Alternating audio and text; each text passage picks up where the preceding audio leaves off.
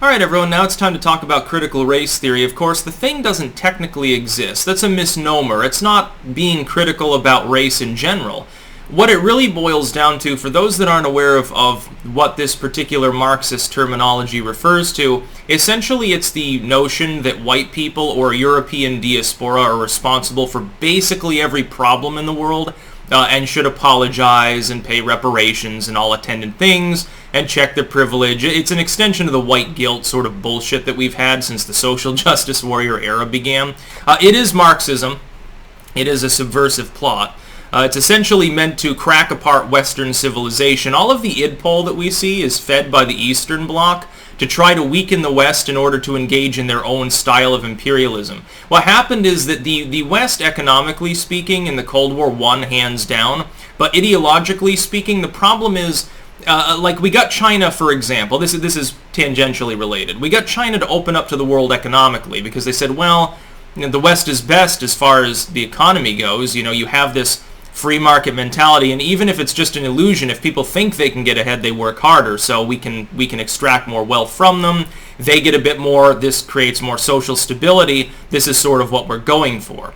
But the authoritarianism never left. The imperialism never left. And the idea, by the way, that's spewed out by idiots, as well as by propagandists like, you know, some people at RT, and just saying, certainly the Chinese state media, the idea that the West engages in imperialism and the East does not, that Russia and China have never been interested and aren't in expansionism, is completely wrong.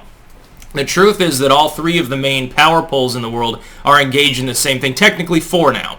If you don't think that the European Union's heads are engaged in a form of soft economic imperialism, you're completely wrong. They seek for semi-autonomy from the U.S. sphere in order to pursue their own goals. This is becoming problematic because the EU's not coalesced the same way the US, Russia, or China are, which is why the EU is definitely the third wheel of the family. It's the fourth wheel, but it's the one that's slowly, it's popped. It's a flat tire at this point. Russia engages in imperialism. They are throwing their weight around as we speak in Eastern Europe, in parts of Central Asia, certainly other parts of the world. Now, through BRICS, they have a loose association with China similar to what the US has with the EU. China is the big imperialistic player in Africa at the moment.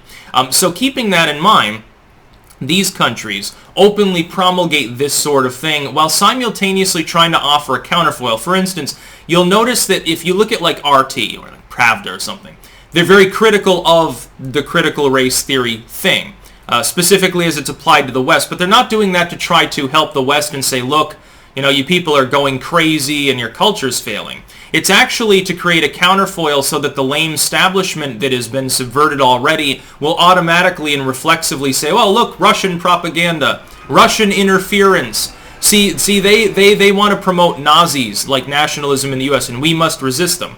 Well, no, it's actually reverse psychology.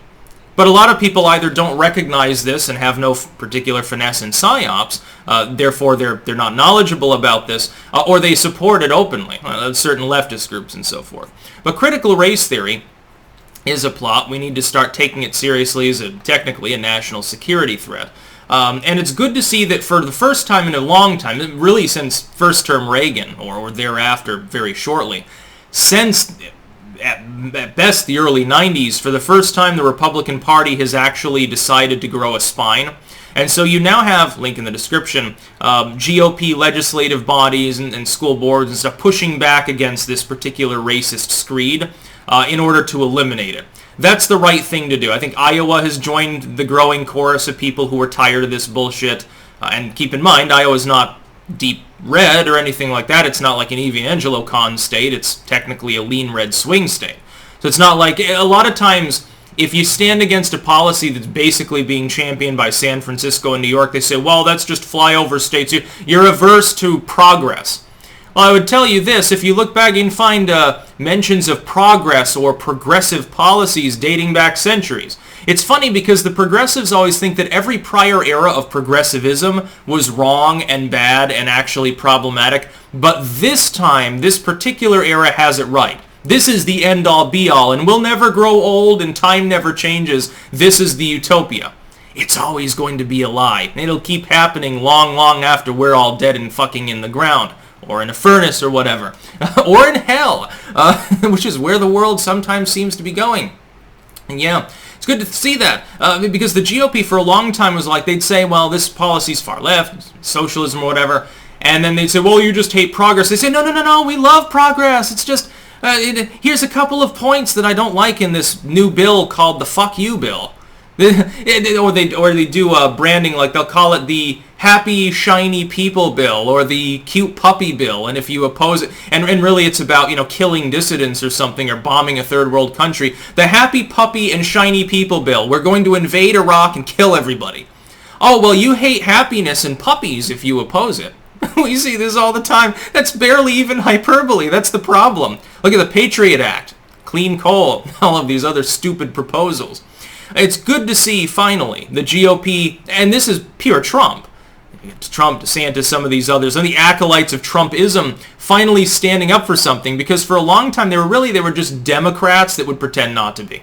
That's basically what the GOP had devolved into. This is why I couldn't support him. You got an assortment of cronyists, corrupt crony corporate sellouts, and grifters, and a bunch of cowards. People who, even if they ideologically, they're like, well, I don't like the way things are going, they wouldn't say anything about it. Or if they did, they'd be told to shut up by the far left. Like you'd have Bernie Sanders saying, well, you seem bigoted and problematic. You're standing in the way of progress. And all of a sudden the Republican would say, no, Bernie, I'm actually more left-wing than you in some ways. The Dems are the real racists, or some stupid shit like that.